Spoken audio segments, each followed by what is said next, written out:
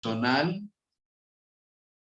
quiero darles una cordial bienvenida, bienvenida a esta serie, sobre todo a estos momentos de capacitación laica que tenemos los sábados de 4 a 5. La Iglesia Maranata ha ganado este espacio ya, tenemos como un año teniendo estas capacitaciones. A nombre de Ronald Alberto Puente, la profesora Rosy Canales, que son mis ayudantes, mis asesores, son ustedes bienvenidos al tema de hoy. Les recuerdo a los nuevos y a los no nuevos que ya desde hace unos meses hemos venido estudiando. En pantalla vemos el título, la historia de la iglesia desde Jesús hasta Constantino y su aplicación a nuestra iglesia de hoy del siglo XXI, cómo hemos evolucionado, cómo en algunas cosas hemos mejorado y en otras pues no, en otras nos hemos atrasado lamentablemente. Nos saluda la hermana Yasmín Montoya. Muchas gracias. Bueno, entonces vamos a orar antes de dar iniciación a nuestro tema de hoy. Padre Celestial, muchas gracias por este lindo día que nos has dado. Ha llovido, me imagino, en muchas partes de la ciudad, pero es símbolo de la lluvia de bendiciones. Hemos superado algunos problemas. Aquí estamos para que tu Espíritu Santo nos enseñes la metodología correcta de evangelización de tu iglesia. Graba todos estos principios en nuestro corazón, Santo Espíritu, te lo estamos rogando en el nombre que hace posible todo, el nombre del Señor Jesucristo. Amén y amén. Bien, tal como hemos anunciado, hoy es nuestra lección número 9. Ya por meses hemos venido estudiando este tema de la iglesia primitiva y su metodología, que es una metodología realmente inspirada por Dios. Los grupos pequeños en la iglesia adventista. En el tema anterior, nosotros analizamos cómo manejan los grupos pequeños otras denominaciones, la iglesia metodista, la iglesia presbiteriana, wesleyana, evangélica, pentecostal, y vimos que en la mayoría de esas denominaciones los grupos decaen, no tienen éxito. Solo vimos que hay una cadena en Estados Unidos de movimiento evangélico casi sin nombre, que ellos siguen el plan de la iglesia primitiva de reunirse solo en casas, no se reúnen en templos y se multiplican, salen otras casas y siguen creciendo en casas y casas, que ese fue el éxito de la iglesia primitiva. Bien, quiero ser honesto en esta temática, como lo dijimos en el tema anterior, nosotros o yo personalmente, este tema no es todo original mío. Realmente veamos la foto de este pastor, el pastor Juárez, Julio Juárez, quien él escribe una obra que se llama Modelos de Crecimiento de la Iglesia en el siglo XXI. Y él hizo una investigación muy profunda sobre los grupos pequeños en otras denominaciones y en la iglesia adventista. Entonces, tomando un buen material que él ha editado, porque es una persona ya de más de 30 años de experiencia, está radicado en Estados Unidos, pero es un doctor en grupos pequeños, pues he tomado muchos de sus conocimientos, de sus investigaciones, los he adaptado a nuestro ambiente y le he colocado otras cositas por ahí que la experiencia en el Señor nos ha dado para poder tener un buen material para nosotros. Entonces, gloria a Dios por el doctor Julio Juárez. Comentemos y digamos lo siguiente. En el mundo, los grupos pequeños han tenido una evolución. Esta evolución desde la iglesia primitiva ha tenido unos altibajos tremendos. Obviamente, ¿por qué? Porque desde Constantino para acá, la iglesia perdió la metodología que tuvo en los primeros siglos. Ya no se reunían más en casas, Y entonces se construyen las grandes catedrales, las iglesias que hoy vemos, con tanto arte y altura, etcétera. Y la gente comenzó a congregarse en iglesias y ya no en casas, y ya la multiplicación del evangelio fue totalmente decaída. A continuación, nosotros vamos a presentar una visión panorámica de los grupos pequeños en el contexto hispano de algunas regiones de América Latina, de Estados Unidos y de Canadá. Veamos un mapa más grande. En los países de Europa, en donde hay iglesias hispanas, note, iglesias hispanas en Europa, ocurre exactamente el mismo fenómeno que en los países ya mencionados, Estados Unidos, América Latina y Canadá, porque muchos pastores que ministran en esos países latinoamericanos trabajan en Europa. Muchos hermanos de Latinoamérica se han ido para Europa y entonces los feligreses pues han emigrado para allá y hemos llevado buenos y malos hábitos para Europa también. De todos los países hispanos en donde labora la iglesia adventista, veamos que el lugar que lleva la delantera en grupos pequeños es el Perú. Tenemos que reconocerlo. Allá es un éxito total y la iglesia se multiplica en una forma increíble. En este territorio, Perú, hay un sistema bien montado desde ya hace varias décadas y se ha hecho un trabajo extraordinario y por ende su crecimiento pues es algo muy significativo, tanto en el Perú como en otros lugares en donde la iglesia trabaja por medio de grupos, ocurre el mismo común denominador. Veamos que al entrevistar a varios pastores y a personas que se relacionan con grupos pequeños, se puede notar que muchos grupos están cayendo en fatiga o cansancio. Y la fatiga es un producto de la rutina. Escúchenme bien, mis queridos hermanos, la rutina mala. Pues es común que los grupos padezcan de cansancio. La gente que cansa. Entonces, adelantemos y anotemos que este examen incluye una revisión. ¿De qué? De cantos, de pedidos de oración, de testimonios y el tema de estudio, porque esto se volvió muy rutinario, entonces hay que romper esa rutina para darle vida a los grupos pequeños. En la siguiente diapositiva, para ejemplificar que la queja más común sobre los grupos de estudio, sobre grupos pequeños, es los temas de estudio. El doctor Juárez hizo una revisión de muchos de los temas y encontró que los grupos sufren cansancio con la temática. En Perú han desarrollado un sistema de libros que salen frecuentemente con los temas para los grupos pequeños, pero bien diseñados, que como ya veremos en el transcurso de esta exposición, la metodología no es difícil, es sencilla cuando uno está preparado y en esto consiste esta capacitación, en prepararnos.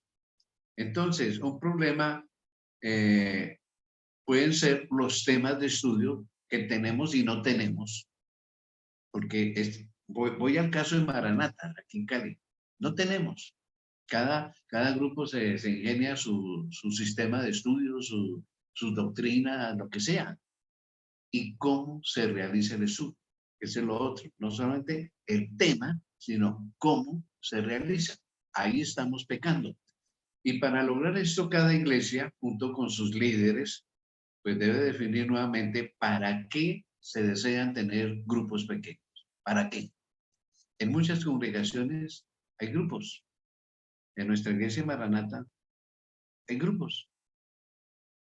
Y entonces la misión y la visión de los grupos no la entienden los integrantes de los grupos.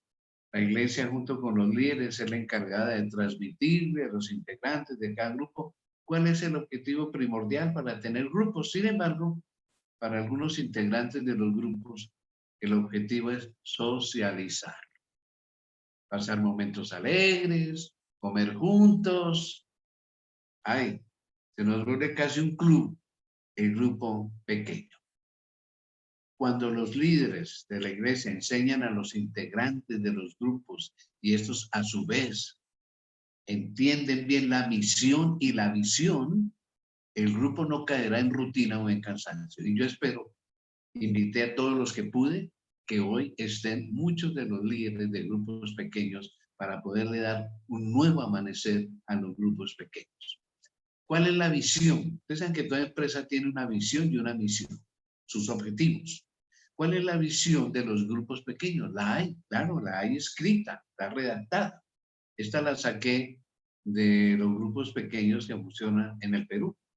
Y dice que los grupos pequeños se caractericen como un estilo de vida de la iglesia y funcionen como la base para la confraternización, crecimiento espiritual y el cumplimiento integral de la misión de acuerdo con los dones de las personas. Como resultado, que crezca continuamente en el número de sus miembros hasta multiplicarse en nuevos grupos y que estos nuevos grupos a su vez crezcan hasta dividirse nuevamente y así seguir con esta dinámica de crecer para multiplicarnos hasta cuando Jesús regrese en las nubes de los cielos. Esa es la visión. Multiplicarnos, crecer. Ahora, ¿cuál es la visión? O sea, ¿cómo se consigue esa visión? Los grupos pequeños están constituidos por los miembros de la Iglesia Adventista del Séptimo Día con el objetivo de llevar el Evangelio en forma sistemática a todas las familias de nuestra comunidad. Comunidad, los vecinos. Para el cumplimiento de nuestros objetivos, realizamos 4 actividades principales. La confraternización, ese cariño, ese amor, el estudio de la Biblia, cómo hacerlo, ya veremos, la adoración al Creador y testificación. Eso hay que enseñarlo en el grupo pequeño. Esas actividades se llevan a cabo durante la semana. Además, participamos en actividades de todos los ministerios generales de la iglesia. Hoy, por ejemplo, Maranata tiene una actividad de salud. Entonces, volvamos nosotros a lo que veníamos analizando acerca de los temas de estudio, en donde estamos pecando. Si el propósito es crecer y extender el reino de Dios, entonces anotemos. Entonces, los temas deben ser hechos para cautivar a los que están sin Cristo. Obvio, los temas deben ser para cautivarlos. En segundo lugar, esos temas deben ser para conectar a los discípulos del grupo con la comunidad. Vayamos notando.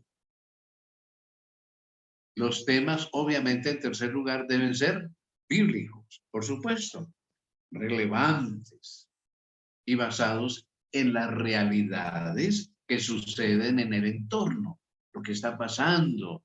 Por ejemplo, hoy por hoy la inseguridad, la drogadicción, la escasez, el costo de la vida. Bueno, estos temas hay que tratarlos. Si los temas no conectan con el discípulo con la comunidad, entonces tenemos problemas, no son temas relevantes. Porque el objetivo es conectarnos con la comunidad, no pasarlo rico entre nosotros. Y el anfitrión haciéndonos el juguito y el pan de bono y esto cada vez que nos reunimos. Por favor, no. Eso hay que romper, romper esa rutina. Muchos temas solo informan de doctrina, y yo mismo lo he hecho, pero no formarán discípulos. Y yo a partir de estas investigaciones tengo que cambiar rotundamente.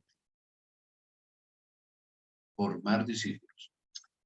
En su En el entorno comunitario, los vecinos, tiene que haber entonces una conexión. ¿Y cómo la vamos a lograr? Porque eso es lo que vamos a aprender.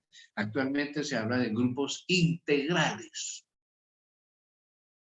Y sabemos nosotros qué significan esos grupos integrales.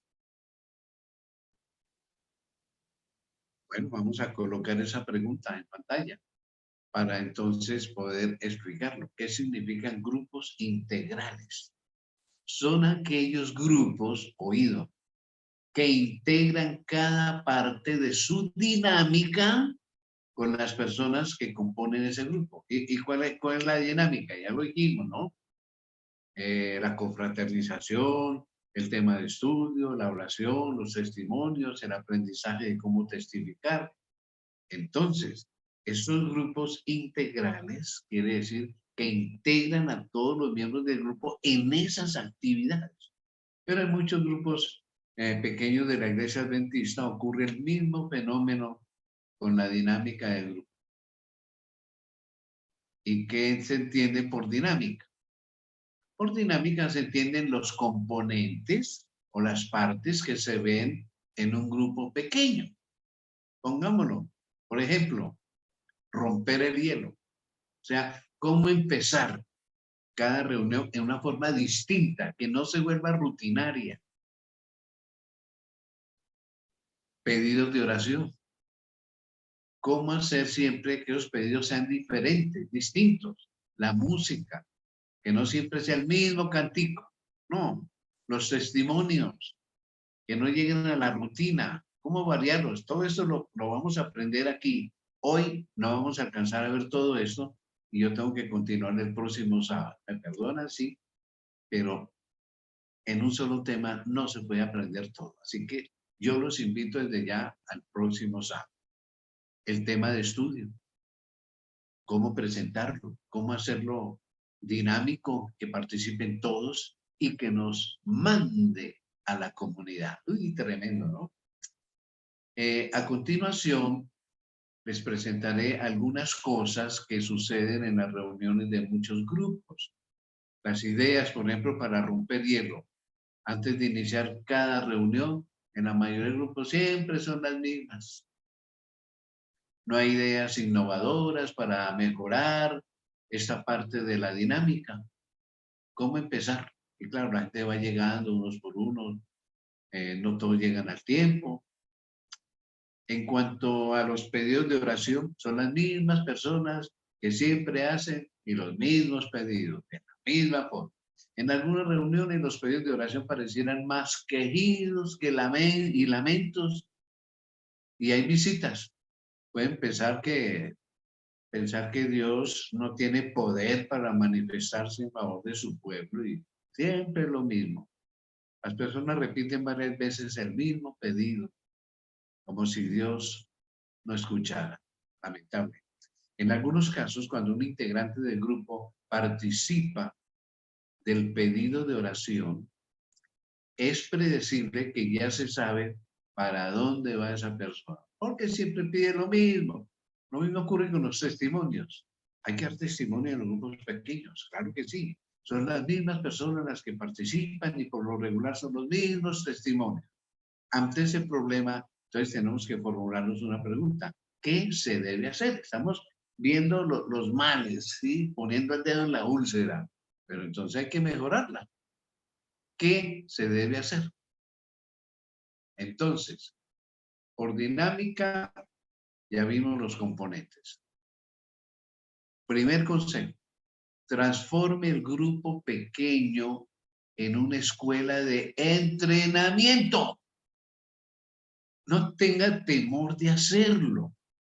Eso fue lo que hizo la iglesia primitiva y por eso me he gastado varios meses estudiando lo que fue la iglesia primitiva, porque no ha sido una ni dos charlas, han sido muchas y ustedes lo que me han acompañado lo saben.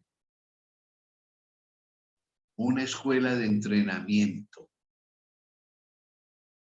Recuerde, el líder actual es un facilitador y tenemos que dejar de ser líderes estrella, pues. es que como este hermano y esta hermana, uy, como habla de bonito. No, el líder estrella debe estar opacado. Tiene que ser es un entrenador más bien. ¿Cómo entonces el líder entrenador tiene en mente las siguientes preguntas? Tenemos que formulárnoslas como líderes. ¿Cómo pueden rendir más los integrantes de este grupo? ¿Qué hago yo entonces? Otra pregunta, ¿cómo enseñarle a cada persona de este grupo que sin ella el grupo no es igual? Ay, no puede faltar, coloquémoslo en pantalla. Toda persona es importante en el grupo.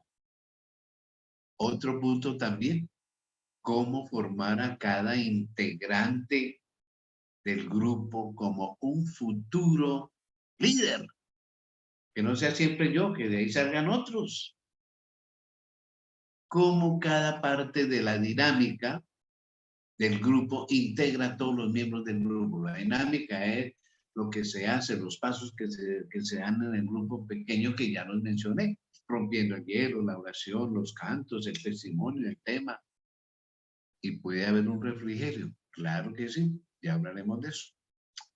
Quiere decir, mis hermanos, que si el grupo se transforma en una escuela, se podrán responder las preguntas que acabamos de formular y que ustedes las tienen aquí en pantalla. El líder del grupo debe innovar, renovar, tener nuevas ideas para quebrar el hielo en las reuniones, por ejemplo. Si usted cree que se agotaron las ideas, que ya, pues ya no sé qué más hacer. Ay, Miguel Ángel, por favor.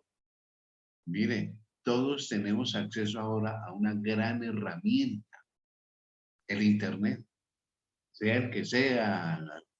Vaya pues a un buscador. Me puso aquí mi hijo en la pantalla. Escriba en un buscador de Internet y ponga ideas para romper el hielo. Y ahí le va a dar el Internet cantidad de ideas para que cada vez que nosotros comenzamos la reunión del grupo pequeño sea diferente, distinta. Con el tiempo podemos repetir alguna, pero que no sea siempre lo mismo. Esa monotonía hay que romperla porque por eso están muriendo los grupos pequeños.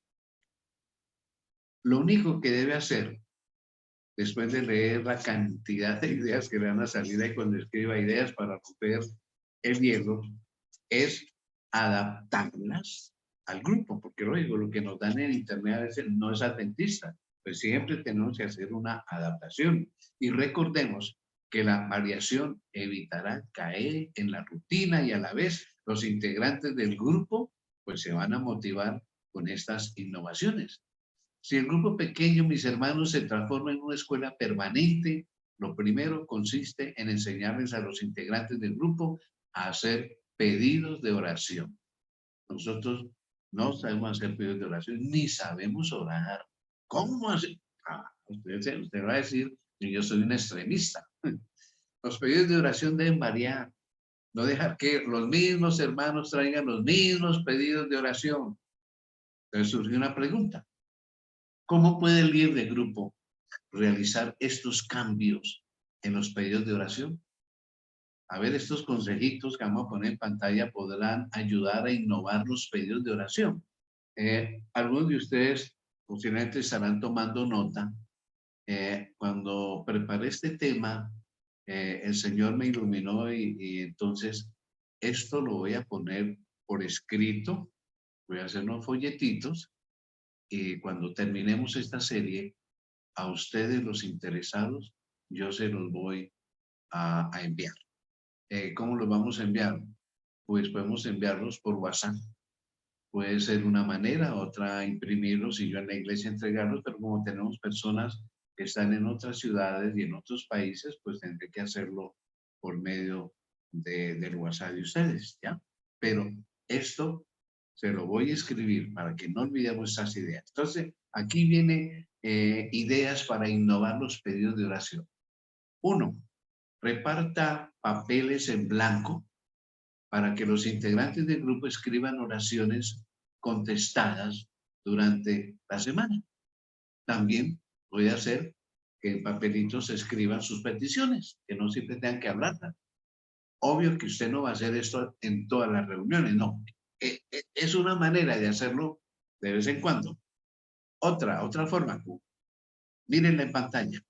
Asigne a 2 integrantes del grupo para que cuenten cómo Dios contestó sus pedidos de oración en esta semana, en la que pasó. Usted puede hacer eso en otra oportunidad. Otra idea, el grupo debe orar entonces por pedidos específicos, por asuntos específicos durante la semana. O sea, usted dice, hermanos, vamos a orar esta semana, muy especialmente por nuestros hermanos adventistas de Ucrania. Usted sabe que la obra en Ucrania es muy grande, muy fuerte. Vamos a orar, ellos están sufriendo. Vamos a orar por ellos. Es un ejemplo que les doy, ¿no? Esa tareita como pedido de oración para estar variando, ¿ya? Tomemos tiempo para pensar en estas cosas, ¿ya? Recordemos que el grupo es una escuela. Tenemos tareas, hay que poner tareas, muy lindo. Algunas veces los pedidos de oración deben ser en acción de gracias, todo no es pedir. En otras reuniones, puras gracias de todo lo que Dios nos ha dado, ¿ya? Esas bendiciones recibidas por otras veces, pongámoslo en pantalla, pedir más fe para que el grupo pueda crecer. Fortalécenos, Señor, esta semana o hoy en esta reunión vamos a tener varias oraciones pidiendo que el Señor, el Espíritu Santo, acreciente nuestra fe, nuestra fidelidad, nuestra obediencia. Pregúntele, es otra idea, pregúntele a cada integrante del grupo cómo quisiera ver el grupo dentro de 6 meses. Bueno, opinen. ¿Cómo quieren ustedes ver este grupo dentro de 6 meses? Y ellos van a dar muchas ideas. Entonces, vamos a orar para que esto sea una realidad, para verlo como una realidad. Vamos a orar por esto. Bueno, estos son variaciones. Otras veces, orar en cadena. Anotémoslo. ¿Y cómo es que se ora en cadena? Hay que enseñarles, porque es obvio, no se sabe, muchos no saben cómo hacerlo. Es el hermano fulano o el señor fulano, situado en adventista, él empieza la oración, invoca el nombre del Padre, sigue la hermana fulana y hace un pedido. No dice, todo te lo pido en el nombre de Jesús, no cierra la oración. Sigue la otra persona y hace otro pedido u otro agradecimiento y sigue la otra y no cierra, sino la última persona es la que puede cerrar, decir, en el nombre de Jesús te hemos pedido todo esto. Entonces todos participan. Es una manera de variar las cosas. Orar en cadena es así. Uno empieza, el otro pide o agradece lo que sea y el último es el que dice en el nombre de Jesús. Nadie cierra sino la última persona. Ahora bien, si se les enseña a los discípulos cómo deben hacer pedidos de oración, estos pedidos hay que enseñarles que sean cortos y no empezar a predicarle a Dios y a decir cosas que él ya sabe. No, tienen que ser cortos y específicos, sin tanto rodeo y al punto. Tenemos que enseñarles. Ahora, yo he estado tratando de enseñar en donde me invitan a hablar, a orar, porque es que estamos pecando mucho con la oración. Pongámoslo en pantalla. Evitar repetir el nombre sagrado de Dios. Esto lo trajimos de la Iglesia Católica con el rezo Santa María y delde con eso. Entonces los evangélicos, Señor, Señor y Padre Celestial, querido Dios, Padre mío, Señor, Señor, Señor, Señor, Señor. Y esta maña, esta costumbre se nos metió hasta con los pastores, ancianos, todo mundo. No sabemos orar. ¿Cuál es el problema ahí? Que estamos tomando el nombre de Dios en vano, como una muletilla, mientras se me ocurre decir otra cosa, sí, Señor, Señor, Padre mío, amado Jesús, y dale, y repetimos el nombre. No tomarás el nombre de tu Dios en vano. En la oración modelo, cuando los discípulos le dijeron al Señor, enséñanos a orar, él invocó el nombre del Padre una sola vez. No encuentran el Padre Nuestro varias veces, Padre, Padre, Padre. No, una sola vez.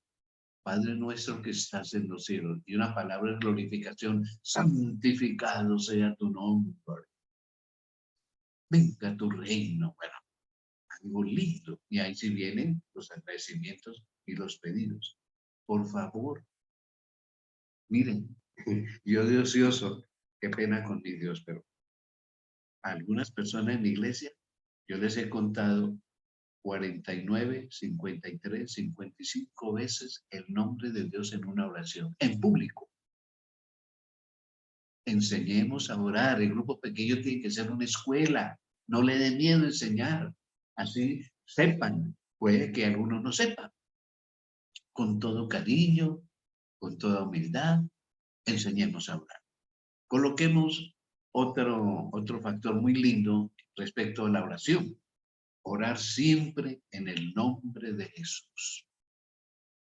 Él en varios versículos de los evangelios dice, todo lo que pidiereis al Padre en mi nombre, lo haré.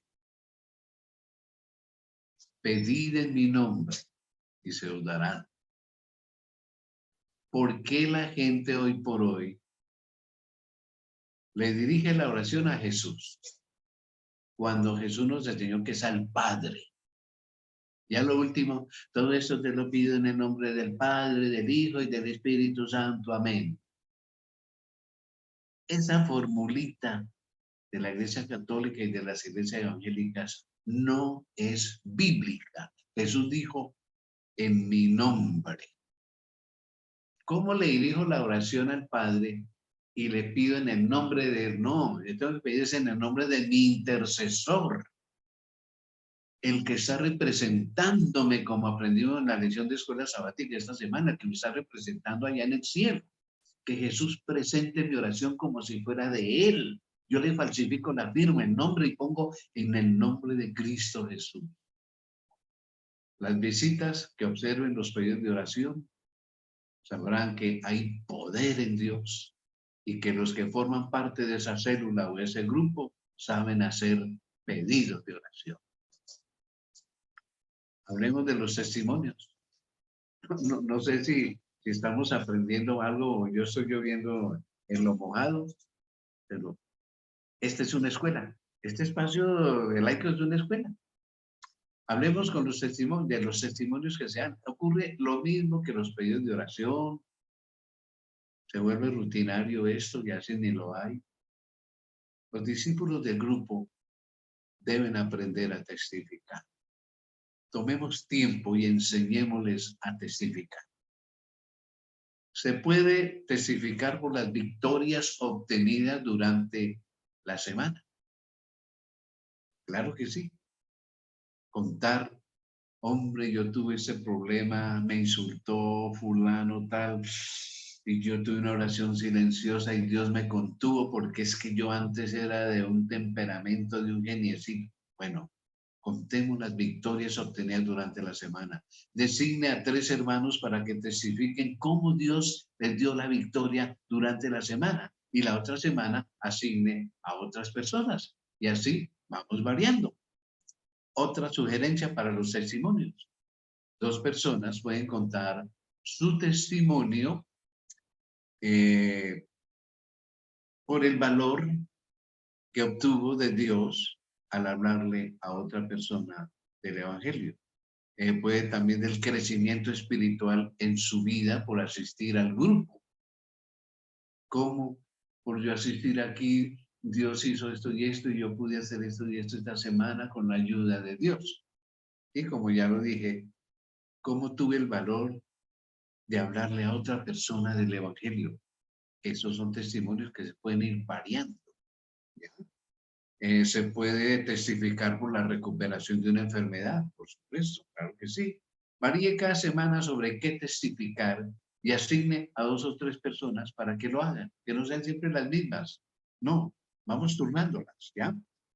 Recordemos, pongámoslo en pantalla, que la testificación fuera del grupo para no creyentes es como testificó la iglesia primitiva, y aquí lo aprendimos hace ya más de un mes atrás cuando estudiamos sobre la iglesia primitiva, pero para recordarlo y para beneficio de los que no pudieron acompañarnos, yo lo voy a repasar. Son solamente 4 punticos que aprendió la iglesia primitiva para testificar.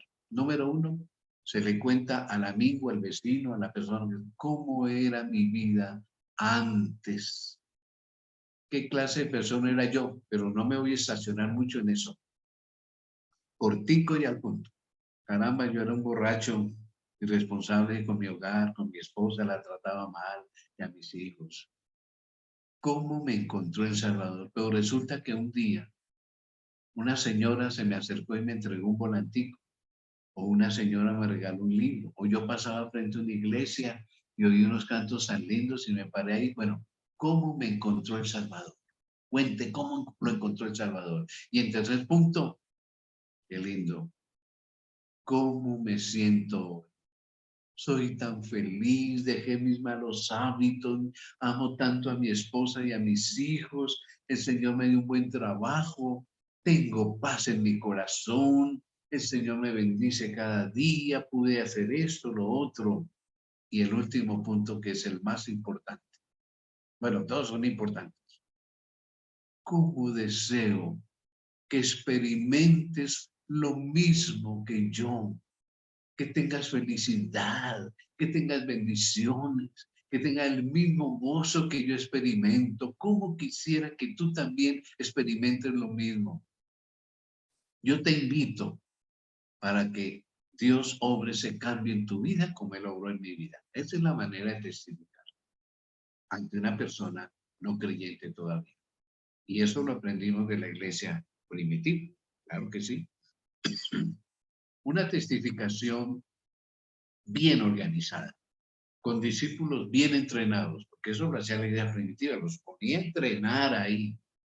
Será un arma poderosa para poder cautivar a personas que todavía no siguen al Señor, personas incrédulas, personas que no conocen el amor de Jesús.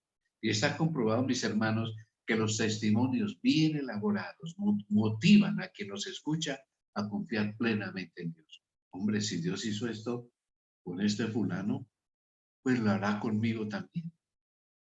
Entonces, el líder de esta pequeña congregación, de este pequeño grupo, conoce a sus integrantes y sabe en qué momento puede ponerlos a testificar, ya los ha entrenado ahí en el grupo. Habrá algún momento que hasta las visitas testificarán, van a aprender a hacerlo, porque el verdadero propósito de la testificación no es llenar un espacio, unos minutos, no, es integrar a los discípulos del grupo en la dinámica, en la misión y en la visión del grupo.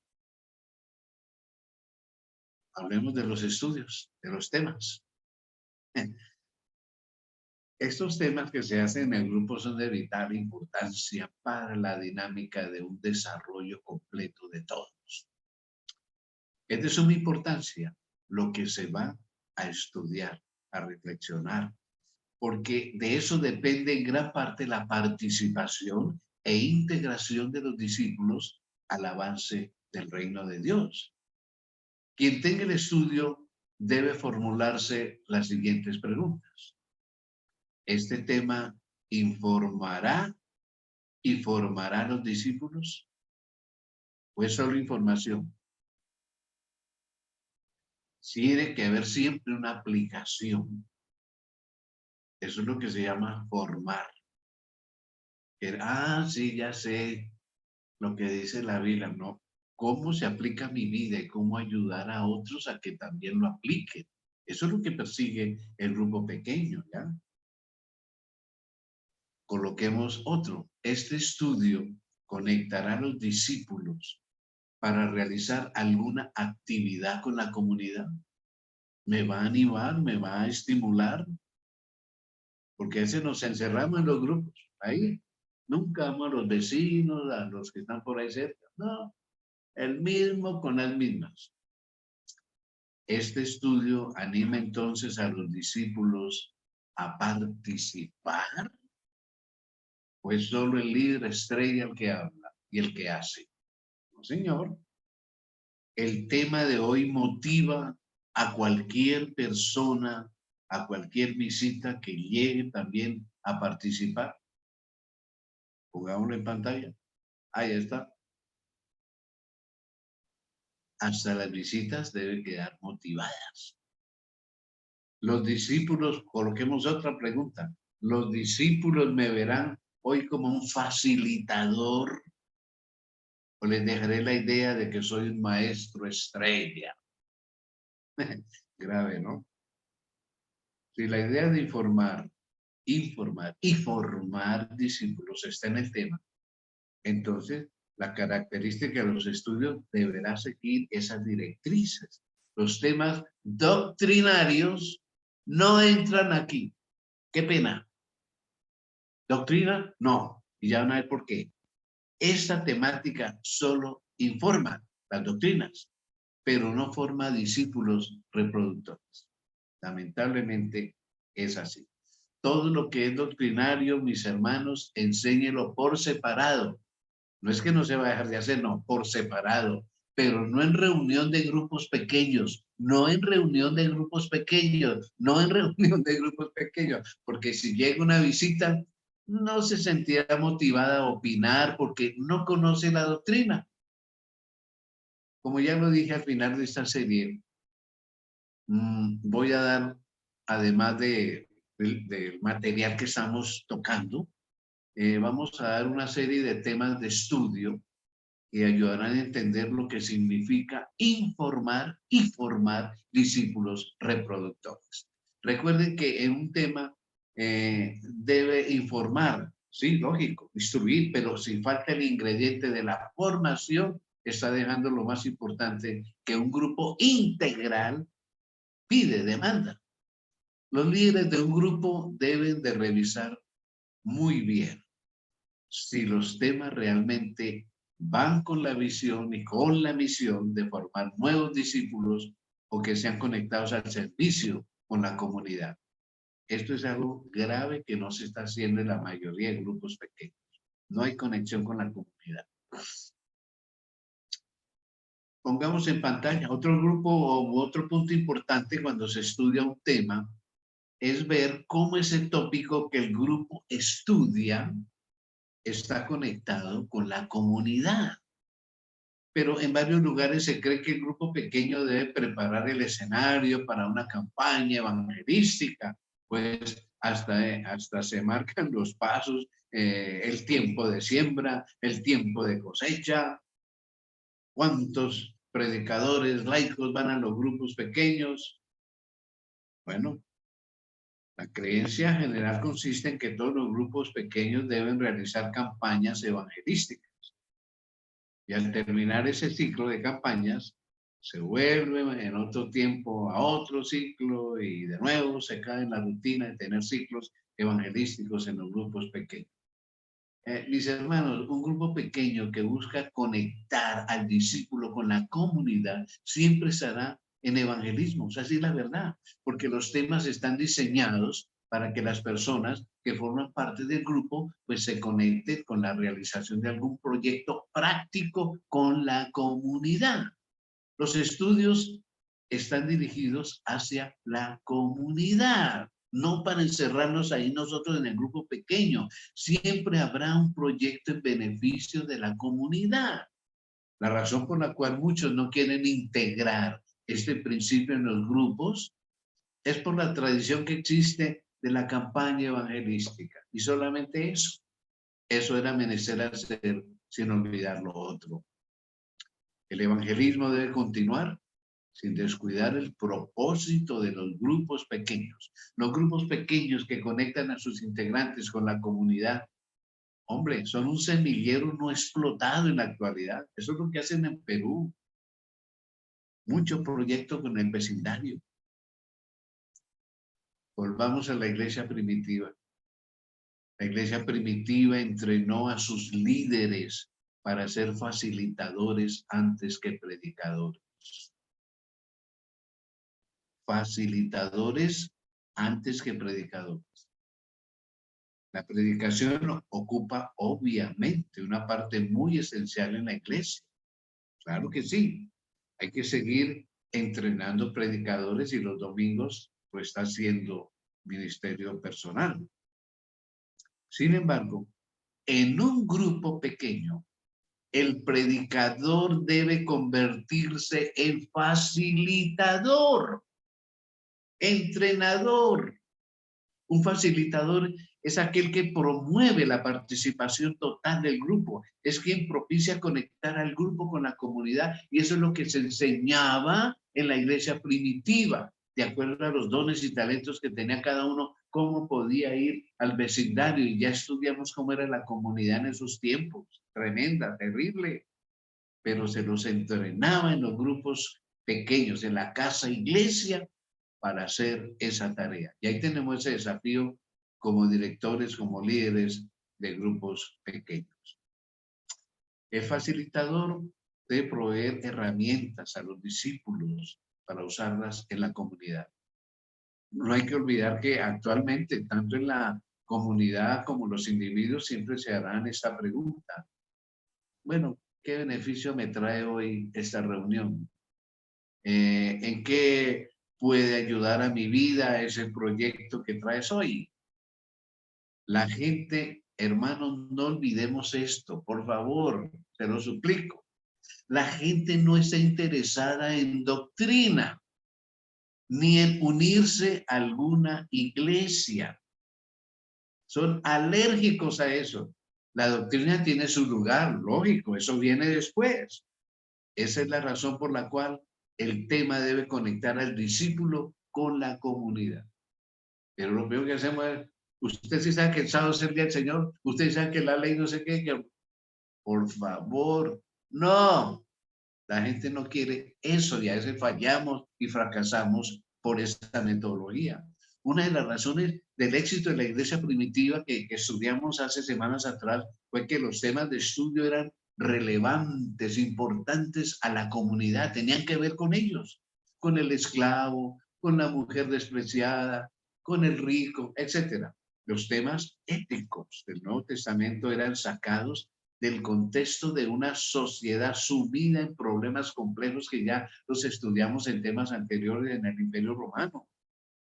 Las directrices que se encuentran ahí ayudaron a los cristianos a ser luces para que otros salieran de ese estado de tinieblas. Pongamos en pantalla la razón por la que Pablo expresó lo siguiente: para que seáis irreprensibles y sencillos, hijos de Dios sin culpa en medio de la nación maligna y perversa, entre los cuales resplandecéis como luminares en el mundo. Filipenses 2:15. Por esa razón, que nos pidió que en medio de una sociedad corrompida, maligna, inmoral, como tenemos ahora, llena de vicios, de groserías, nosotros seamos luminarias, diferentes, pero, obvio, entrenados, sabiendo cómo hacerlo. Eso no es así nada más como se me ocurre. Si el tema que se estudia conecta al discípulo con un problema en la comunidad, eso indica que quienes elaboraron los temas conocen la problemática de la comunidad. Pregunta: ¿sabías tú que actualmente la gente no quiere religión, pero busca espiritualidad? Eso es distinto, la nueva era. ¿Sabías que la gente busca hoy el yoga y la meditación trascendental antes que una doctrina verdadera? ¿Sabías que mucha gente está volviendo al vegetarianismo y a comer crudo antes que asistir a una iglesia? ¿Sabías que muchos individuos quieren llenarse hoy de energía positiva? Amén. Yo puedo. Esto es muy supersticioso, este tipo de personas, y en verdad desean un cambio, pero esta energía positiva la quieren antes que saber del Espíritu Santo, que sí es la energía positiva. La sociedad actual le teme a la fragilidad de la vida y en verdad desea un cambio, obvio. Los problemas de pandillas, de narcotráfico, de asaltos, de atracos, de acciones sexuales, de abusos de niños, de hogares destruidos y la creciente amenaza de una tercera guerra mundial, como estamos viendo ahorita, pues son los temas actuales que no deben pasarse por alto, no deben pasarse desapercibidos, hermano. Eso hay que tocarlos en los grupos pequeños, porque ese es el sentir de la gente. Anotemos otro asunto importante que hay que recordar, y es cómo el facilitador dirige el estudio. Todo facilitador debe ser entrenado para saber dirigir el estudio. Anotémoslo aquí en la pantalla. Entonces, por eso es que a veces hay seminarios y hay reuniones para los directores de grupos pequeños. Y lo triste es que a veces ni vamos, porque no las sabemos todas. Ay, ay, ay. Otro problema, u otra cosa que hay que recordar. Formular preguntas y controlar una discusión. Saber formular preguntas. Y esto es toda una clase, ¿no? Hay preguntas que se contestan solo moviendo la cabeza y la persona no piensa. Son las preguntas que comienzan con un verbo. ¿Llovió hoy? ¿Vendrá Cristo otra vez? Esas preguntas no sirven, hay que saberlas formular. ¿Con qué? Hombre, con este tipo de adjetivos que, ¿qué piensa usted? ¿Por qué? ¿En dónde? ¿Cómo? ¿Cuándo? Esos interrogativos, adjetivos interrogativos, son los que hacen que la gente no solo mueva la cabeza diciendo que sí o que no. Ahí nadie está pensando, no. No olvide adjetivos interrogativos. ¿Qué, cómo, cuándo, por qué, quién, etcétera? Esos son los que hacen pensar a las personas. Los temas, y claro, controlar cuando se pone una discusión, se van a controlar sabiamente. Saber en qué momento la persona respira y yo entro y le corto y digo, muy bueno lo que ustedes están diciendo, maravilloso, pero usted ya tiene preparado el resto. Los temas deben ser hechos para propiciar la discusión. Obvio que sí. Que piensen, que opine el uno, el otro, todos no pensamos igual. Y como son bíblicos los temas, porque no dejan de ser bíblicos, anotemos aquí para que no se nos olvide. Cada tema debe tener entre 6 a 10 versículos. Anotémoslo acá. Cada tema debe tener entre 6 a 10 versículos. Por favor, no use más de eso. En la fe de Jesús, la lección en su parte principal tiene eso, 6, 7, 8 versículos, es todo. En la parte posterior sí tiene cantidad de versículos, pero eso lo hace la persona ya personalmente y no en la reunión, en el estudio bíblico. Lo mismo pasa con nuestros grupos pequeños. No use tantos versículos, porque va a marear la gente. Para mí, perdónenme mi opinión personal, para mí es tedioso un predicador que tiene una tandada de versículos. No, a veces uno puede un solo versículo utilizarlo como base de todo un tema. Y bien trazadito, bien bíblico, claro que sí. Hoy se habla mucho de casos de estudio donde se presenta un problema real que sucede en la sociedad y luego una serie de preguntas que están enfocadas en encontrarle una solución práctica a ese problema. Los versículos escogidos deben ayudar a pensar que los personajes bíblicos pasaban por situaciones similares, porque esa es una de las varias características que tiene la Biblia en ventaja con el Corán, el Ramayana, los Mahabharatas y otros libros sagrados que existen de otras religiones. Eso no se puede comparar con la Biblia. La Biblia coloca a sus personajes con sus debilidades y sus fortalezas. con sus pecados y sus cualidades, su riqueza espiritual. Entonces, eso hay que mostrarlo y hacer pensar a la gente. Hay una variedad de temas, hermanos, que será de mucha ayuda para no caer en rutina. Se pueden escoger temas donde se presenta un personaje bíblico desde el punto de vista de sus fortalezas y debilidades. Por ejemplo, David, que tenemos ahí en pantalla. Está Pablo, está Moisés, bueno, tantos personajes en la Biblia. Y de ese personaje pueden salir varios temas y sobre todo deben ser aplicados al entorno actual, al entorno contemporáneo. Las biografías son temas que se dan para la discusión, para que propicien al participante a encontrar soluciones aceptables, porque los problemas de David también pueden ser los míos o los de esta comunidad. Como se mencionó anteriormente, lo que ayuda y promueve la participación en los grupos son los casos de estudio, el tema. Al final de esta serie, vamos a exponer varios ejemplos de casos de estudio. A grandes rasgos, hoy he tratado de dar consejos prácticos para evitar que los grupos no caigan en fatiga. Un ejemplo más ilustrativo lo proporciona la iglesia primitiva. Por 3 siglos mantuvo la casa iglesia siempre activa.